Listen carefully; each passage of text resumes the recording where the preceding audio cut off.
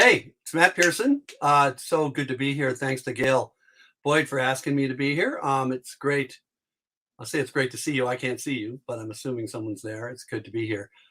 Getting used to. It's funny how over the last year, 2 years almost, we've gotten used to this video thing. I've had more Zoom calls than I care to mention, but it's great to be here. Basically, what I'm going to do is I got a list of ideas of questions from Gail to address, and I'm just going to kind of hit on some of that stuff. And if you have any questions or comments, I know that you can put that in the comments there, and we'll go. If you don't know who I am, there was a bio distributed. I'm going to tell you my whole life story. But what I will do, one question that was asked was how did I get into jazz? And I grew up in Livonia, Michigan, suburb of Detroit. And my father was a jazz musician and educator. So around the house, there was always jazz. We were all expected to be classical musicians. I'm the youngest of four. My oldest sister was a violist, and she now runs the Flynn Institute of Music. My next sister is the assistant concertmaster in the Jacksonville Symphony. My brother's a tuba player, although he doesn't play anymore as an attorney now, which I think was a wiser career choice. All due respect to the tuba, to all you tubists out there. And I started on oboe. But jazz was around the house because my dad was a jazz educator. So when I first heard jazz, I mean, it was kind of in the environment. We would hear a lot of, Letty Tristano, Warren Marsh, and Lee Konitz, big band recordings, a lot of Bill Evans, stuff like that. But I wasn't quite aware of it. I just knew that there was jazz going on. But the one point that really got me was there was this one day where I went down, and anyone who knows me has heard me tell the story. So sorry if it's boring. I get to hear it again, but I listened to my 45s, like my Motown 45s and stuff when I was a kid. And my dad had these little LPs, and one of them was a Clifford Brown, Max Roach quintet thing on MRC. And it was Joy Spring. And so I took this and I put it on my little record player. And I heard this version of Joy Spring, not just the feeling of that song, if you all know, it's like this really great hard bop vibe. But then when Clifford Brown came in on his solo and I heard that sound, I was immediately addicted to that sound. It was his sound. It was his bounce. It was the vibe. It was the lines. And my dad had been a trumpet player. So I went to the closet and pulled out his trumpet and tried to play along with the record. And I was actually able to get a sound out of the horn because I had been an oboe player.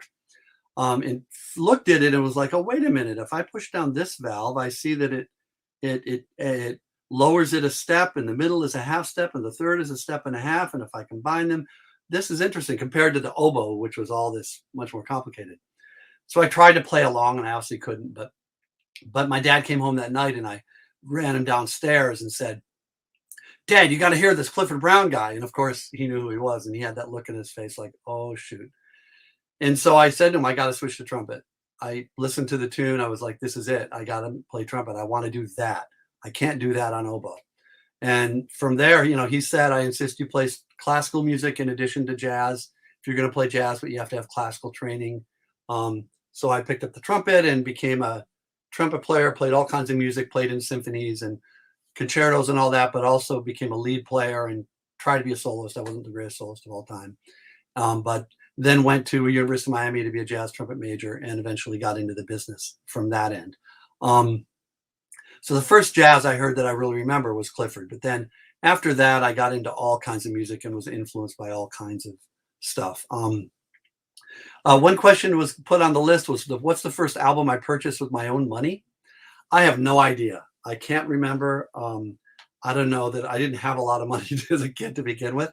However, every Christmas we would get records. So my dad would always buy us records. And that very first Christmas after I started playing, he got me this record by Clifford Brown called The Beginning and the End. This is the CD cover of it. And it was claimed to be the first and last recordings of Clifford Brown. It was the first recording of Clifford Brown, but the word is that it's not the last recording of Clifford Brown.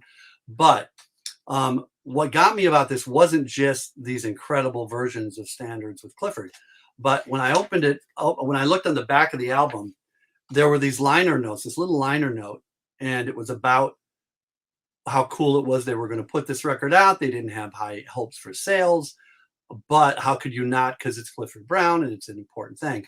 And it was written by Bruce Lundvall, VP Marketing, Columbia Records. And I still remember seeing that as a kid, sitting down there in front of the tree on Christmas morning, like looking at that and going, what's this? This executive guy is into jazz. Like somehow it registered for me. And ironically, my first job in the record business was working with Bruce Lundvall at Blue Note.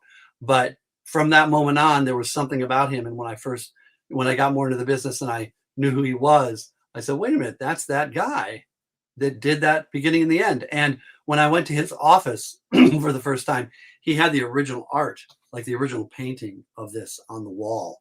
So it was this incredible, like kismet or whatever for me that I was, oh my God, I'm in the room with that guy.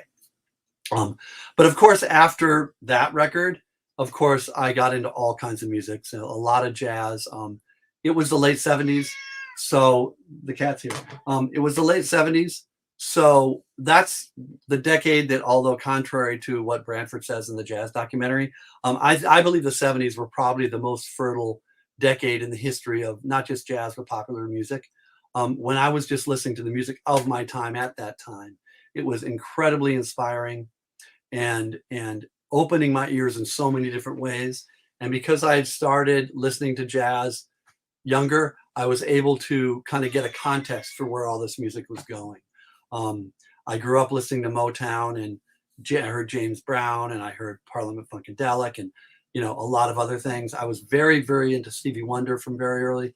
In particular, that 5-album run, that he, was the 5 albums where you're talking about 60 songs within 5 years, and everyone, except maybe 1 or 2 on Songs of the Key of Life on the little EP thing, are all masterpieces. And that music had a huge effect on me.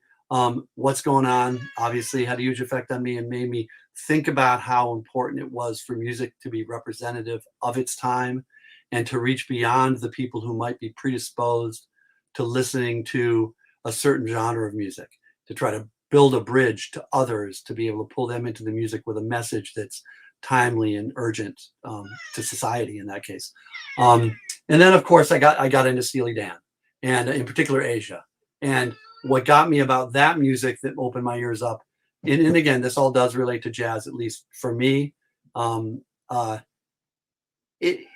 record and their records felt like this is the absolute something that couldn't exist in real time.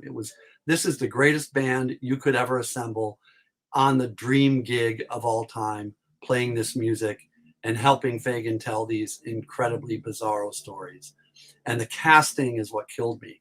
So you might have Porcaro playing drums, or Bernard Purdy playing drums, or Rick Marotta playing drums, or Steve Gadd playing drums. It all depended on what story needed to be told. But it all held together because of the artistic vision and the production and arrangement vision of the principals of the group. So that all made me think about music a certain way from a very young age. And then went to college, University of Miami, and studied all kinds of music, played all kinds of music, made my living as a trumpet player for several years, and decided to get into the industry. Basically because I was a good trumpet player, but not a great trumpet player. I was mainly a lead player. And as a lot of musicians, and I'll get to this in a minute too, this concept. When you want to be a musician, you have this passion for it, and you really want to do it and make some noise. And I had that, and I still feel that impulse. But I started to feel that if I were to do that, perhaps I could continue to make a good living as a trumpet player, but I couldn't realize my overall artistic vision. And most important, I couldn't have an impact. I wanted to have an impact on the music in a certain way. I wanted to work with artists directly, and I wanted to document music and be a part of something that lasted, not just showing up and playing in a show in a pit on Miami Beach or something. Or all due respect to people who do that for a living, it's terrific. If that's what you're happy doing, and playing music is great. I wasn't in a position where I felt musically, in terms of talent wise, I was going to be able to make a difference. I could make a living, but not make a difference. Whereas as an executive, I felt that if I could become an A&R person and a producer, I could actually do something, and that's why I ended up getting the job at Blue Note, entry-level job as a promotion assistant, but got to work with Bruce Lundvall and Michael Kuskuna, which was a incredible gift. So grateful to them, and that I was able to start making records. And I eventually put the horn away for the most part. I pick it up now and then, but my musicianship really helped me a lot, obviously, in realizing my vision and being able to communicate and work with artists. Um, so uh, after what was us? Okay. I won't go through my whole history beyond that. I went to Blue Note. I was at Warner Brothers. About 15 years ago, Warner got out of the jazz business, and I lost my job, and went through a few years of figuring out what I was going to do, and finally really settled on what I've always been, which is a record producer and A&R person. Um, the idea of being a producer, it's funny in jazz, they say, what do you need to do as a producer? And it's like, well, if you don't know, then you haven't experienced working with someone who knows how to do the job. It varies from project to project. The job, which is in some cases, I mean, when I've worked with, Brad Meldau or other straight ahead jazz artists, in some cases, it's you book the studio, you make sure it's an environment where you can document something, you make sure everyone's comfortable, and you're there as a set of ears to help things keep focused and document what you need to, and know when we've got it, let's move on. We don't have it, let's come back later, yada, yada, yada. Once it's done, then there's post-production and finishing the record and all of those things. And realizing that vision and following through after the record is completed. There are a lot of other projects I've done that have been high budget projects with many, many artists and many rhythm sections and arrangers and a lot more complicated situations. But at the end of the day, it's always about the same job, which is realizing an artistic vision. In many cases, a single artist vision, in some cases, a band, in some cases, a soundtrack, whatever. The current stuff I'm working on or have worked on lately, I've been mainly working as a producer. I've consulted a lot with a lot of labels and things of that sort, but production-wise, Laura Benanti's self-titled record, which came out this last year, for Sony Masterworks. She's a wonderful musical theater performer, and we did a recording that's a jazz standard, pop standard kind of record, but with a lot of variety on it. We've got some beautiful musicians and arrangements and stuff like that. So it's a very varied, very large production with a lot of different elements. Did a lot of work with her on finding the right songs. So it's everything from Michel Legrand, "What Are You Doing the Rest of Your Life?" and things like that. There might be some standards, a couple of Broadway songs, a couple of funny songs because she's got an incredible sense of humor, then a couple of more current pop songs, with her interpreting songs of the day, which is something that I think people do to some extent, but not nearly as much as they need to. Also, I'm finishing up a project with Chico Pinheiro and Homero Lambambo, two brilliant Brazilian jazz guitar players who've known each other forever. And we've done a duo recording. So it's a guitar duo recording that we're just in the process now of mixing. Hopefully that'll come out sometime before next summer. Beautiful, beautiful recording of just two guitars. A lot of it's Homero playing acoustic and Chico playing electric, but in some cases there's two acoustics and all of that. Brazilian tunes, pop songs, standards, really, really beautiful stuff. I'm really proud of and working really hard to finish up. Worked recently a lot with Dana Stevens, one of the great musicians and composers on the jazz scene today. Just a brilliant, brilliant writer and multi-instrumentalist, saxophonist, and EWI player, both as a straight-ahead player playing in a standard kind of setting, but also he has a group called Pluto Juice. He plays the EWI. He does a lot of interesting composition things. So recently we did a couple of records. One was live at the Village Vanguard in a quartet setting. It's, I believe, the 5th recording I've done at the Vanguard. And then we did a trio recording with Ben Street and Eric Harland over at Van Gelder's studio that we tracked at Van Gelder's. And we're talking now about what his next project would be. But the other two things I'm really, really taking up most of my time, I work with a guitarist named Pasquale Grasso, that if you haven't heard of him, he is a genius jazz guitar player. I can say this, it's like the greatest jazz guitar player I've ever heard. Certainly in a straight ahead bebop kind of setting, he's kind of a missing link. He plays like Bud Powell or Art Tatum on guitar, and just a freakishly talented musician, a wonderful guy, an incredible talent when it comes to master classes and things of that sort. And we did something different. I signed him. I was consulting for Sony Masterworks for several years, and the idea was to record 50 solo guitar tracks and release them in in EP form digitally over the course of just a year or two. So every couple of months we'd come out with another, here's ballads, here's standards, here's Pasquale Plays Monk, here's Bud Powell. It's a variety of things. And little by little, they built up a lot of traction for him in his career with these solo guitar recordings, including a holiday recording that came out that is, all told, for all of his recordings, were well over 10 million streams across the digital platforms, which for a jazz guitarist playing solo is quite a number. Quick note, anyone saying in the comments here, I see a lot of, hi man, hey, how you doing? You're just Facebook user to me because of the platform. So do me a favor, if you're going to say hi, say who you are, and then I'll know who's saying hi. So anyway, Pasquale is, and what happened with Pasquale is he needed a manager. And I thought, who better than me to do it, because I felt so close to him. He trusted me. I felt faith in him. And I just started taking on that responsibility with him. Someone said once before about management, it's like, how do you know when to manage? You say, well, you manage. You find an artist you believe in, you just do the job. And that's what I've done with him. And it's been really enjoyable for me. And so Pasquale, and then his new record, Pasquale Plays Monk, came out a few weeks ago. It's doing really very, very well. It introduces Pasquale's trio, which is with Ari Rowland on bass and Keith Balla on drums. In addition, there's a guest vocal by Sheila Jordan and one by Samara Joy. And she's the other artist I work with. So Samara is someone I was judging the Sarah Vaughan vocal competition 2 years ago. And Samara was one of the finalists. And I still recall I was a judge along with Christian McBride and Dee Dee Bridgewater and Jane Monheit, and we were talking about all the finalists. And Samara was so young. She was 20 or 19 at that time. And had only been singing jazz for a couple of years, but she was so mature and had such a strong sound and had such a future ahead of her. And ironically, about a year earlier, the competition, it used to be when you'd win these competitions, you'd get a record deal. And that ended. They weren't doing that anymore. So I liked that for Samara, because I didn't want us to say, here's this wonderful young artist, and she's now going to get all this pressure to go out and create this big career for herself with all these, all of this. Instead, it was like, oh no, this is the first step. You do this, now you go back to school, finish your degree.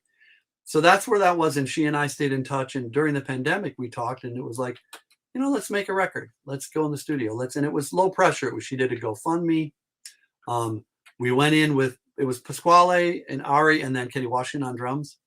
And it was like, we weren't sure whether it might be an EP or a full album, and she was paying for it. And we didn't have a label, but we said, let's just do a recording to document, because she was singing her butt off. And I'm like, we should really document this person at this time and see what happens. So we made what I thought was a beautiful record and took it around to labels, and decided to work with an independent label called Whirlwind in the UK. It was still during the pandemic. I wanted a soft release. And by that time, since I had been involved with her on this to this extent so far, we decided to work together in a management capacity. So I began managing her.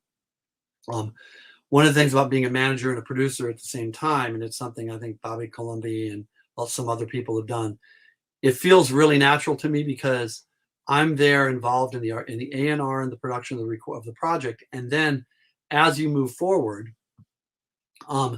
I'm able to communicate the true vision of the artist. The artist can trust that I'm going to be a mouthpiece that is going to be representative of the art. And thankfully, I'm getting older now, and part of it is I've got a lot of varied experience in the industry by sticking around and being a cockroach or whatever it is. I like surviving whatever's happened in this business.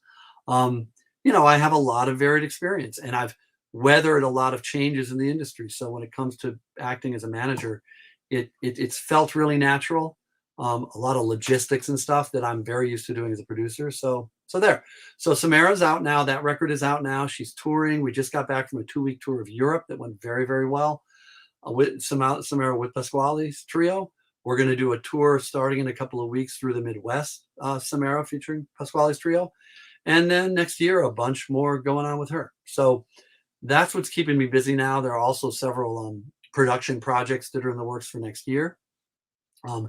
And that are coming up finally. It was slow for a while, as we all kind of experienced with the pandemic and all that. But Thankfully, there are a lot more people making records. One of the big pieces that we've realized is we became an industry that became very much about self-funding recordings, whether that was direct-to-fan marketing campaigns with the GoFundMe's and Kickstarters of the world, or artists just putting the recording cost on a credit card or spending their savings or asking mom and dad for money, as opposed to going to record companies. So once gigging stopped, artists didn't have the same money to invest in their recordings. So there had been a lull in recording activity.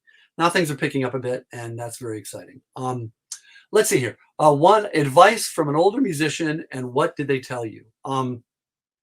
One really important bit of advice I got was from Randy Brecker. I was down in college. I was playing trumpet, and I was interviewing Randy for the school paper. And we were sitting out by the pool at the hotel in Miami Beach, where he was in doing a recording session for the Bee Gees. And I was, interviewing for the paper and asking what I needed to for that. But also selfishly, I wanted to say to him, I'm a trumpet player. What advice can you give a young musician? I want to move to New York and be a player. And he said to me, it's really all, I said, what does it take to be successful? He said, well, it's really all a question of how much you're willing to compromise. And when he said that, I'm like, oh my God. Because to me, and I think he sensed I was a young, cocky, uncompromising, arrogant kid. But, hopefully some of that is all left who I am today. But at that point, it was like I was a young lead trumpet player, and I said, well, what do you mean? He says, well, it's not about in a negative way about compromise. He said, the more music you're willing to play, the more styles of music you're willing to play, the more gigs you're willing to say yes to, the more varied your experience will be, the more your own musicality will be enriched by other influences. And also, just as important, the more you'll show up on gigs with other types of musicians and other people. He said it might have been how he met Barry Rogers or some other musician that he met. It was like some wedding gig on Staten Island or something. Like, saying yes to those gigs, you never know what you can get out of it artistically, but you also you don't know who's going to be in the chair next to you and who you might meet and what relationships might be the relationships that last the rest of your artistic lives. Because when you hear the stories about how musicians meet, that's how it happens. But most importantly, what I got out of that was understanding the willingness to take in all opportunity you can, because that's what can make you a complete musician or a complete artist. There are a lot of other advice I've gotten over the years from musicians I've worked with, from Pat Metheny and Joshua Redman, and a lot of Charlie Hayden, and a lot of people I've worked with. A lot of executives have been very, very helpful to me and given me a lot of direction. The Lundvall and Tommy LaPuma and Mo Austin and people like that. One line I will say that is not advice that was given to me, but something that really stuck with me when I saw it. It was a documentary about 60 Minutes, and it was Don Hewitt was talking, and he's the one who created and produced 60 Minutes. And what Don said was, it was like, how do you define what 60 Minutes is? And he said, it's 4 words: tell me a story. And when he said that, when I saw that, it really, really knocked me out. It was like, that's my job. That's what our job is artists. No matter what, how do you define what you do? It's tell me a story. And the me in this, it's tell them a story. It's tell the audience a story. And this brings me to the last little point of this, which is about advice for younger musicians and artists, and even executives and producers that want to be in this business. It always comes back to that. We're storytellers. Too many young jazz musicians, frankly, lose sight of the fact that they're entertainers. People pay you and you make your living for people to show up. They give you money to be entertained. You're not being paid to impress your other musical friends. You're not being paid to sell this music to people who already know the code. Your job is to reach people on a deep emotional level that don't know shit about this music. That's your job. If you don't want to take that job and you want to, that's fine. That's cool. Maybe you have another job. Maybe your job is working and making a living in an insular world of musicians who all know the same things and can pay the bills by doing some teaching and some gigs on the side. Okay. Maybe you're going to stick to your guns and make your music, whether people like it or not. And thankfully you get some people to give you some grants and, get some opportunities to be able to be successful in that world. That's cool too. That's just as valuable. To me, what's most important is you're here to tell a story to people who don't know anything about the music. And there's this thing in music, and especially in, well, I shouldn't say especially in jazz. It's probably in all musics and their genres of people that dedicate their lives to this pursuit, a pursuit like this. Um, this fear of being perceived as selling out. If you're commercially successful, what does that mean? It means that people were moved enough by what your art is to give you money to do it. Okay. And in most cases, people who don't aren't on the inside, like I'm saying. So, how is that a bad thing? That's a great thing. That's a beautiful thing. And if that goal is, I'm going to learn what I'm going to learn, I'm going to get into all of my, I'm going to learn all the language, I'm going to get my toolbox full where I've studied all the music that I have a passion for, and I'm going to find a way to have my own voice and reach people with my own voice. Your job then is to put front and center your own most emotionally impactful elements of your music to make a connection to a listener. Okay. If that's not what you're into doing and not what you want to do, that's cool. You have to listen to me. But in my world, I know this is what the truth. This is my truth. This is the truth of what means something in jazz. And it's what's missing in jazz too much right now. Some artists do it, and some artists are reaching people, and it's connective, and that's great. But there's too much music being made for musicians, too much music made for people that are on the inside. And there's too much embarrassment in a way, or a sense of fear of embarrassment for not connecting. Simplify, focus, edit, tell a story. So back to that tell me a story is what's really, really stuck with me.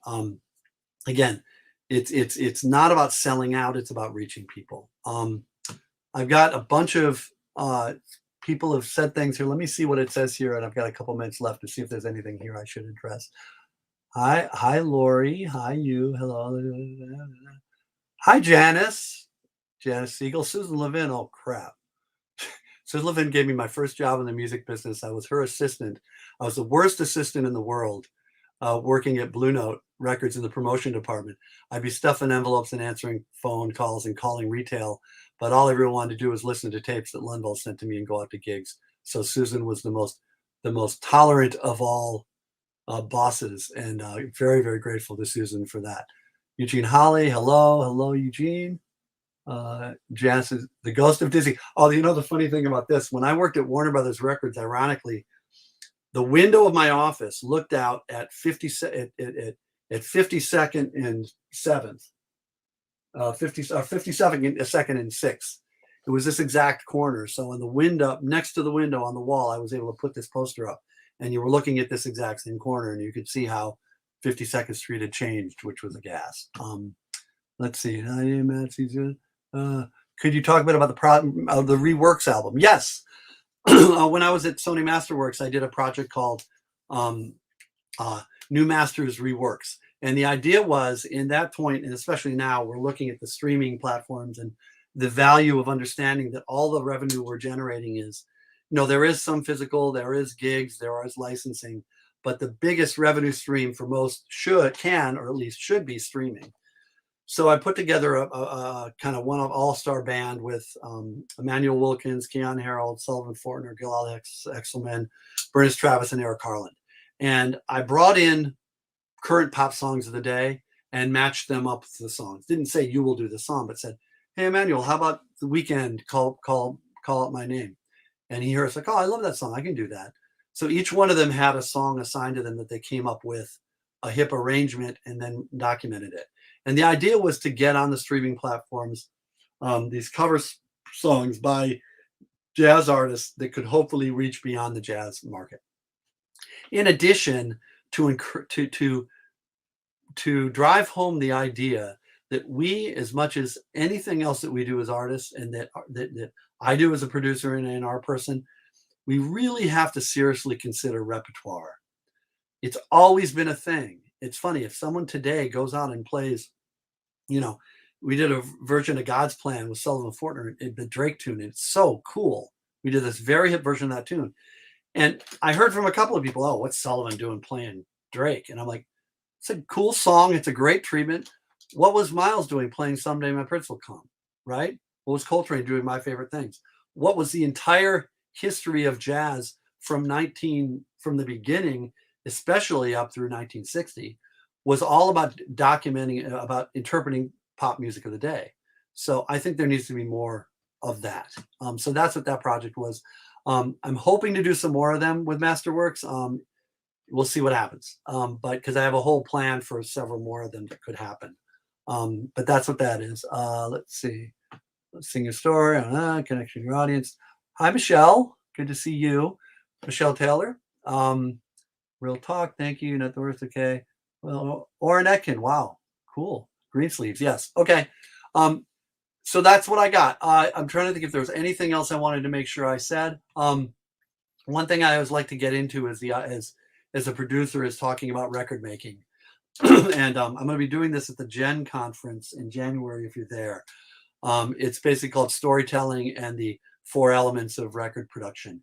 And the thing about making recordings, and I'll say this before I sign off, it's a thing I've been talking about. It's like the four elements of record production. It's because I'm a huge fan of film, as inspired and influenced by film directors as I am by record producers. And when you make a film, there are four elements. It's script, shooting, script, casting, shooting, and editing. And I view record making exactly the same way. And it needs to happen in that order. So when you make a recording, if you think about script, which is what's the material, what are the arrangements, what are the stories you're going to tell? Then you think about casting. Who's the cast that's going to best help me tell that story and reach an audience with that story? Then shooting, which is recording and documenting everything and making sure that you understand that if you didn't get it on tape at that point, you won't get it again. And then editing, which is figuring out what to put out front, what to leave out, how it's all going to sound, all of that. And how are you going to, at the end of the day, refine your story in a way that, as I keep saying, is going to connect with that uninitiated non-jazz listener. If you're playing and you're dealing, the jazz people are going to get it anyway. They're going to get it no matter what you're playing. You're not giving up your jazz, studies. You're not giving up your chops. You're not giving up all of that, all those tools, all of that language that you study. That all feeds your voice no matter what you do. When you're playing and when you're recording especially, what's so important is to make sure that you're leading with connection and leading with storytelling. Okay? So thank you so much. I really appreciate being here. If you ever want to get a hold of me, my email, I'll give it to you, is jazzguymatt@me.com. Feel free to reach out. I can get back to you. Also, I'm all over social media. If you need to, ignore my political posts, especially during these last couple of years. I've been rather outspoken, as I think a lot of us all have. But everyone needs to hang in there. The music is thriving as much as ever. The business is in the toilet in many ways. But if we continue to adapt with the business and find a way to get this music in front of people, quality music that tells a story that hits people emotionally, the music's going to thrive wonderfully. And so thanks a lot. That's what I got.